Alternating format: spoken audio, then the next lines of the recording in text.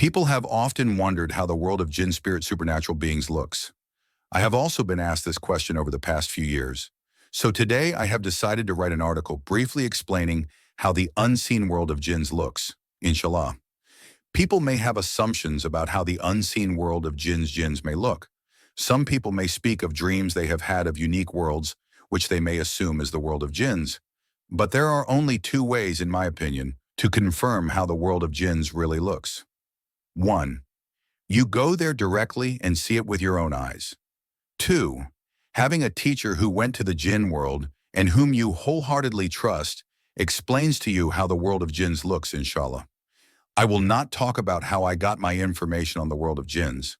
I will not disclose if my information on the world of jinns is from my own eyes or if I had a teacher tell me how it looks, because when you put such information out, the amount of emails you get asking how to get to the world of jinn is just absurd, and no matter what you say, some hard-headed people just do not seem to understand. So please do not ask. I have heard some individuals say that the unseen world is covered with beautiful landscapes, large beautiful homes of vibrant colors, and technology that man can't even fathom. I'm sorry, this is not how the world of jinn looks. Technology. Man seeks technology for various reasons, such as going great distances with speed and ease of communication. Man seeks a virtual world, but this is not what jinns seek, because the powers that Allah subhanahu wa ta'ala has blessed jinn with are so far past the technology we have and seek.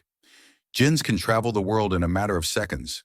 At one time, they could travel close to the heavens with ease, mashallah, where humans have a hard time going to the moon. Jinn can speak to other jinns telepathically. Therefore, technology to enhance communication is not even a desire.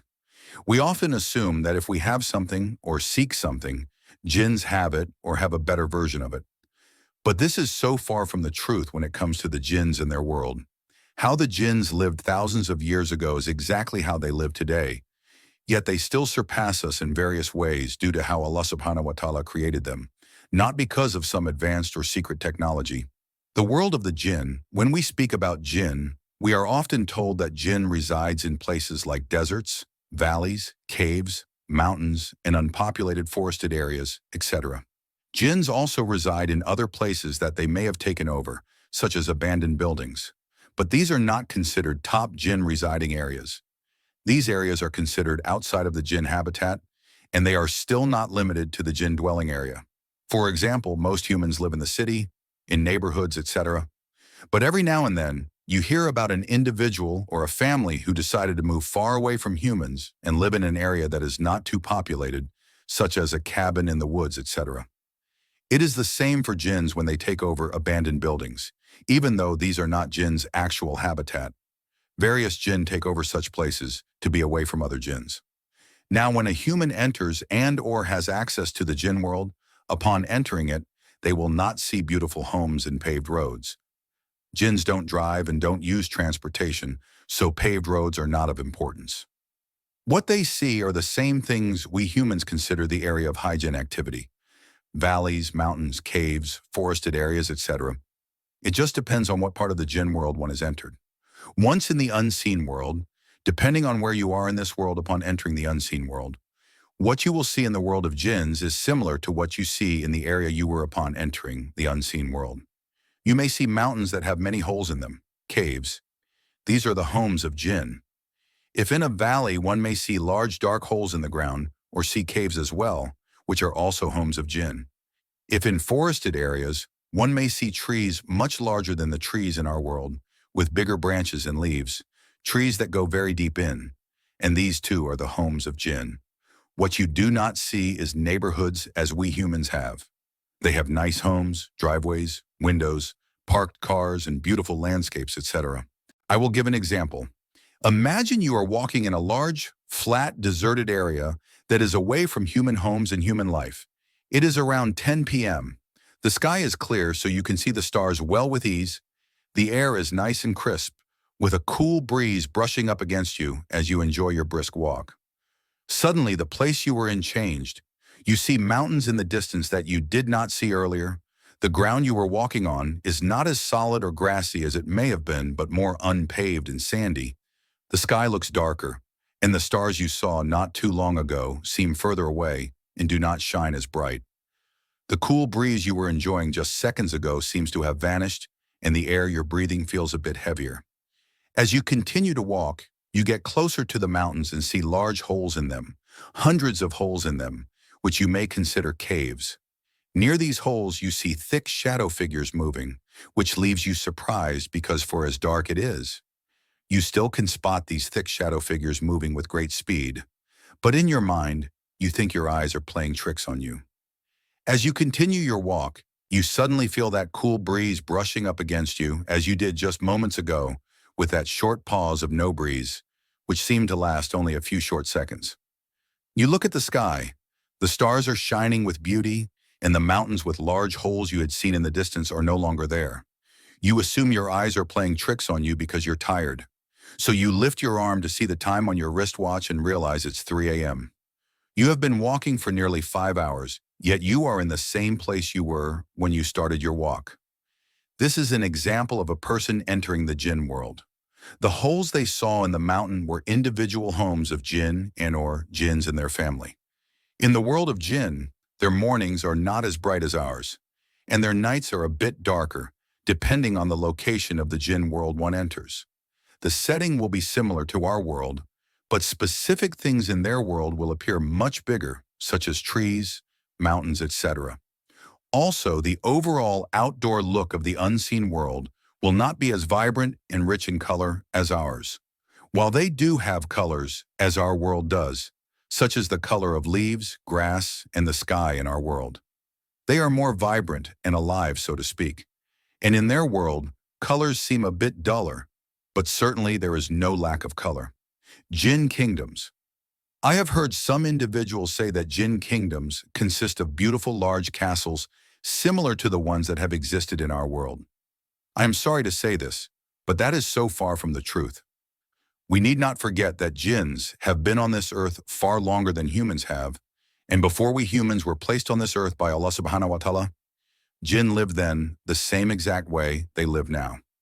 They have no desire to copy architecture, so when I hear about some ignorant individuals talking about how their king Jinn has a beautiful castle like the ones throughout Europe, I can't help but laugh. Yes, kingdoms do exist throughout the Jinn world, and yes, they do have living quarters as the kings and queens of our world did.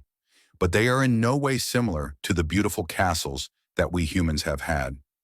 The kingdom castle, if that's what one wants to call the Jinn world, looks like a very large mountain with various caves throughout it. In those caves dwell jinns who are affiliated with that kingdom, which can be a large tribe. Now, there can be other jinns who live in a similar manner, which is a mountain with various caves, but in these caves reside many jinns and many jinn tribes. The main difference between a kingdom mountain and a non-kingdom mountain is the kingdom mountain will have a specific tribe living in it that is under the rule of the king of that kingdom, whereas a non-kingdom mountain will have various types of jinns and various types of jinns tribe living there under no one's rules. Being able to go into the world of jinns and safely view it is one thing, but being able to go inside the home of a jinn, by invite and seeing how they live is completely another thing that very few have access to. So what is the difference between the inside of our homes and the homes of jinns? Inside a human's home, we seek comfort. We have comfortable couches, carpets, blankets, comfortable beds, pillows, heat, and central air, all things that allow us to live in comfort in our homes. But one thing that jinns don't seek nor need is the type of comfort we humans need. Jinns fall asleep wherever they choose, which can be a corner of their home, outside in the field or in a tree. They can even fall asleep standing. Jinns do not get hot or cold, nor do their feet get sore from walking on solid, unfinished ground. The homes of jinns do not have blankets, rugs, heat, or central air. The inside of their homes are very basic and are mostly of a stone-built setup unless their homes are in trees or forested areas where, in such cases, they live similar to animals that live and sleep in trees. Jinns indeed are a lot like humans. They eat, sleep, cry, have emotions, have parties, and enjoy one another's company, but having some similarities to us does not mean we are completely identical to them. We need to understand while we may be alike in many ways, we are also different in many ways. And this is simply due to how Allah subhanahu wa ta'ala created the two of us. We humans were created from clay, so we feel the elements and we seek various types of comfort.